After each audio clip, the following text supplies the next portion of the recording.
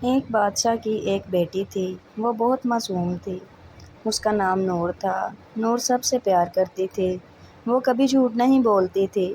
محل میں سب اسے پسند کرتے تھے، وہ غریبوں کی مدد کرتی تھی، روزانہ کھانا بانٹتی تھی۔ بادشاہ اس پر فخر کرتا تھا۔ ایک دن جنگل گئی، وہاں ایک زخمی ہرن دیکھا۔ نور نے اسے اٹھایا، اس کی مرہم پٹی کی، ہرن ٹھیک ہو گیا۔ وہ جادوئی ہرن تھا۔ ہرن نے دعا دی، نور کا دل اور نرم ہو گیا۔ ایک بری چڑیل تھی، وہ نور سے جلتی تھی۔ اس نے جادو کیا، نور بیمار ہو گئی۔ محل میں غم پھیل گیا، حکیم بھی ناکام رہے۔ ہرن واپس آیا، اس نے راز بتایا۔ ایک جادوئی پھول چاہیے تھا۔ شہزادہ تلاش میں نکلا، وہ نور کا دوست تھا۔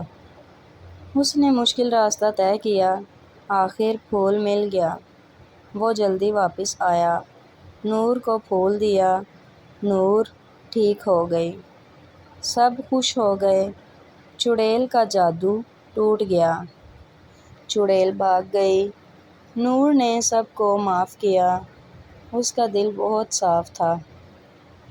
بادشاہ نے جشن منایا، محل سجایا گیا، غریبوں کو تحفے ملے، نور سب میں مسکرائی۔ شہزادہ خوش تھا، دونوں کی دوستی مضبوط ہو گئی۔ نور نے وعدہ کیا، ہمیشہ نیکی کرے گی۔ سب اس سے محبت کرتے تھے، وہ ایک سچی شہزادی تھی۔ اس کی کہانی مشہور ہو گئی اور سب نے سبق سیکھا۔